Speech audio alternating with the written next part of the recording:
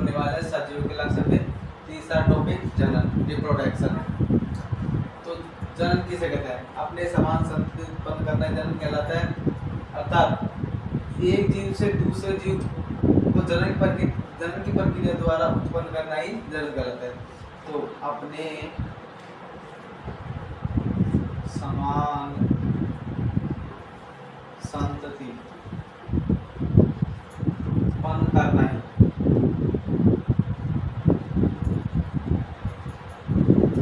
अपने समान संतति उत्पन्न करना है जनन कहलाता है। तो जनन प्रक्रिया होती है वो केवल सजीव में होती है। सजीव जनन प्रक्रिया होती है वो केवल सजीव में होती है, ये निर्जीव में होती है। जो जनन है वो दो प्रकार का होता है। जनन दो प्रकार का होता है। पहला होता है अलैंगिक, दूसरा होता है लैंगिक। अलैंगिक वह होता है जिसमें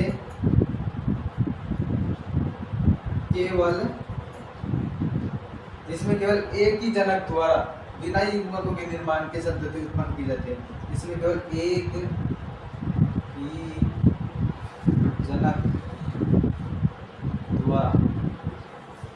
जनक द्वारा बिना युग्मकों के निर्माण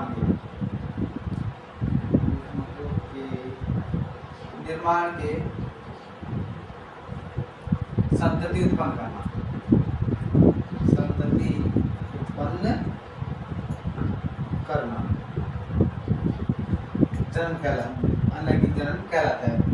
और यह इसमें केवल समसूत्री विभाजन होता है।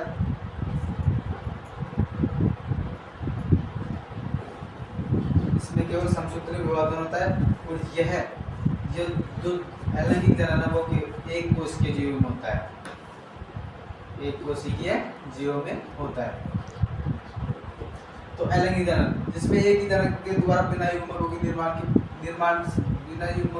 संतति उत्पन्न की जाए उसे ही अलैंगिक जनन कहते हैं। तो अलैंगिक जनन में केवल समसूत्री विभाजन होता है और यह केवल एक कोश के जीव में ही होता है। और दूसरा है लैंगिक जनन। लैंगिक जनन इसमें दो अलग अलग जनकों द्वारा दो अलग अलग जनकों द्वारा युग्मकों दो अलग अलग जनकों द्वारा दो अलग अलग युग्मकों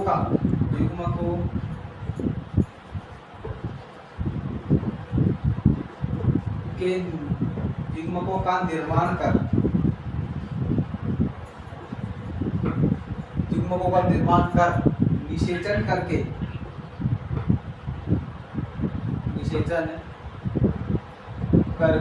संतति उत्पन्न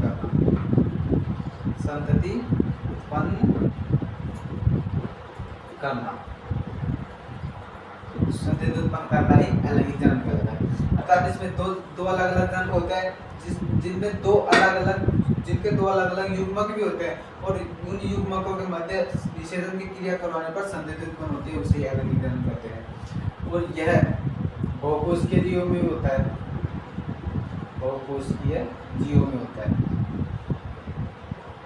और इसमें आठसूत्री विभाजन भी होता है।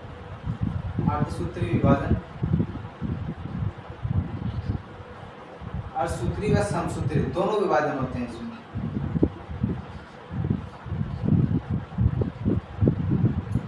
अष्टसूत्री विभाजन भी होता है और समसूत्री विभाजन भी होता है। तो आप एक बार स्क्रीनशॉट ले सकते हैं। तो आपने स्क्रीनशॉट ले लिया होगा।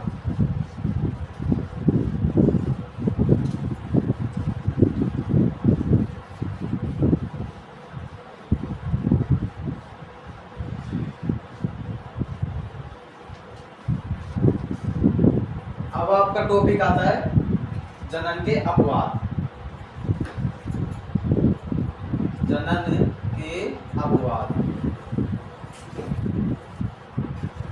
तो जनन के मुख्यतः 3 अपवाद है। पहला है खच्चर, दूसरा है श्रमिक मधुमक्खी,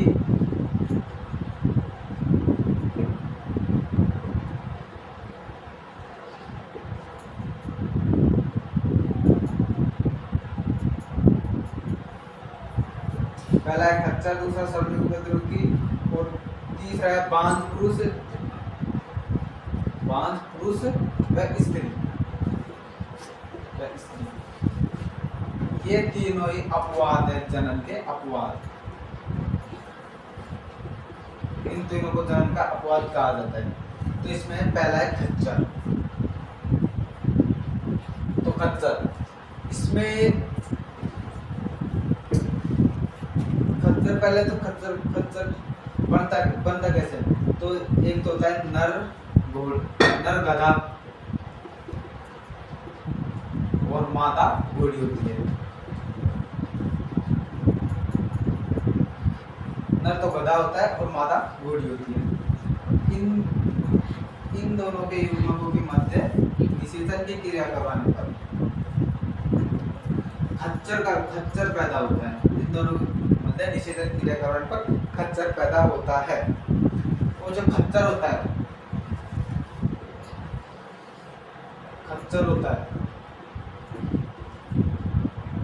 उसमें गधे के समान तो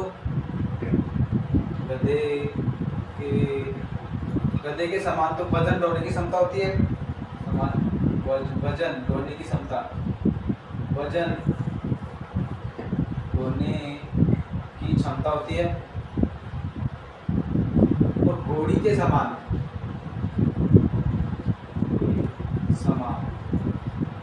तेज दौड़ने की क्षमता होती है।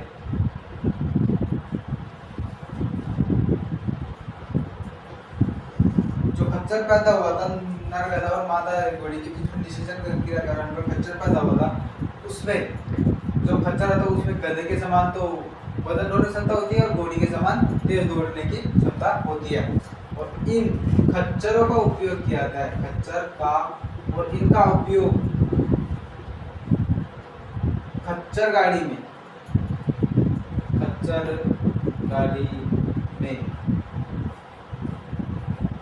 बट भारी वस्तु को, खच्चर गाड़ी में भारी वस्तुओं को एक स्थान से दूसरे स्थान पर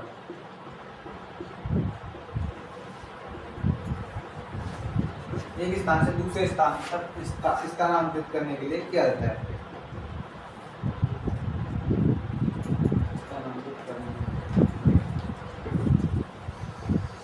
खच्चर का उपयोग हो गया।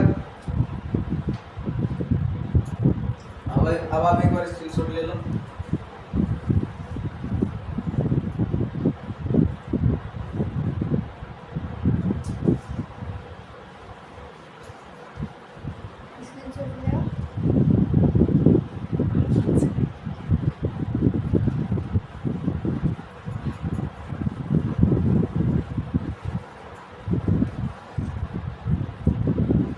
अब हमारा दूसरा टॉपिक है श्रमिक मधुमक्खी। श्रमिक मधुमक्खी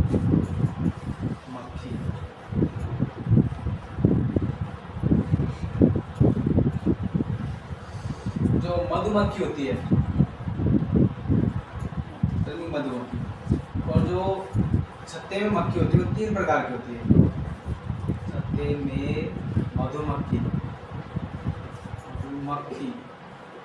छत्ते में मधुमक्खी 3 प्रकार की होती है। 3 प्रकार। एक होती है नर मक्खी, एक होती है रानी मक्खी और एक होती है श्रमिक मधुमक्खी।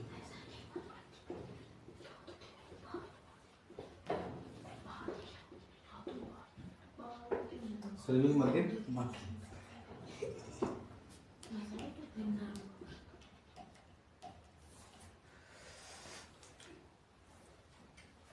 इसका कार्य, जो नर मक्खी होती है इसका कार्य होता है, जो रानी मक्खी है, रानी मक्खी के साथ जनन करना।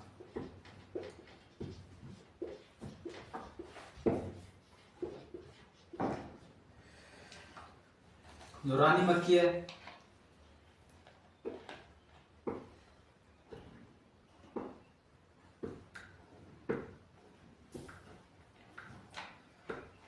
साथ जन्म करना, और जो रानी मक्खी का काम होता है,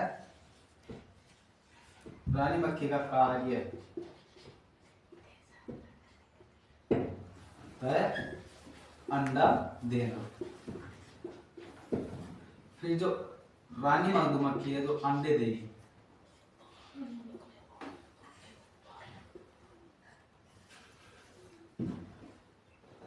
जो अंडे देगी, अंडे कुछ तो निषेचित हो जाएंगे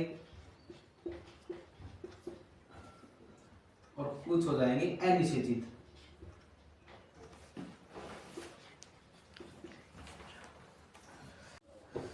तो रानी मधुमक्खी द्वारा अंडे दिए जाएंगे, कुछ तो अनिषेचित हो जाएंगे और कुछ निषेचित हो जाएंगे। तो अनिषेचित अंडों से तो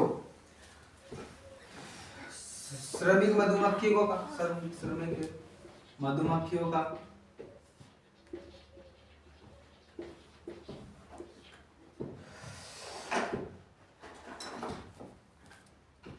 श्रमिक मधुमक्खियों का और रानी मधुमक्खियों का, दूसरी है रानी मधुमक्खी।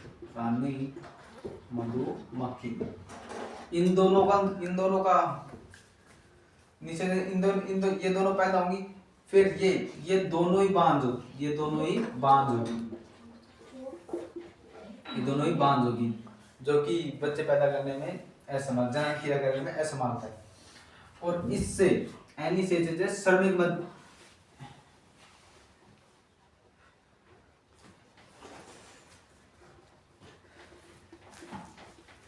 एनिषेचित से